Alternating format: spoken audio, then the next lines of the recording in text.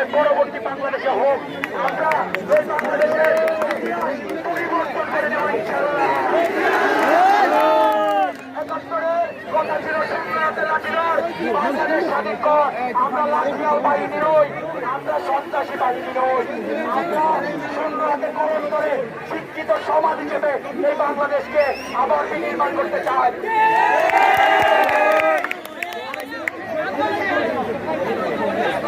আমার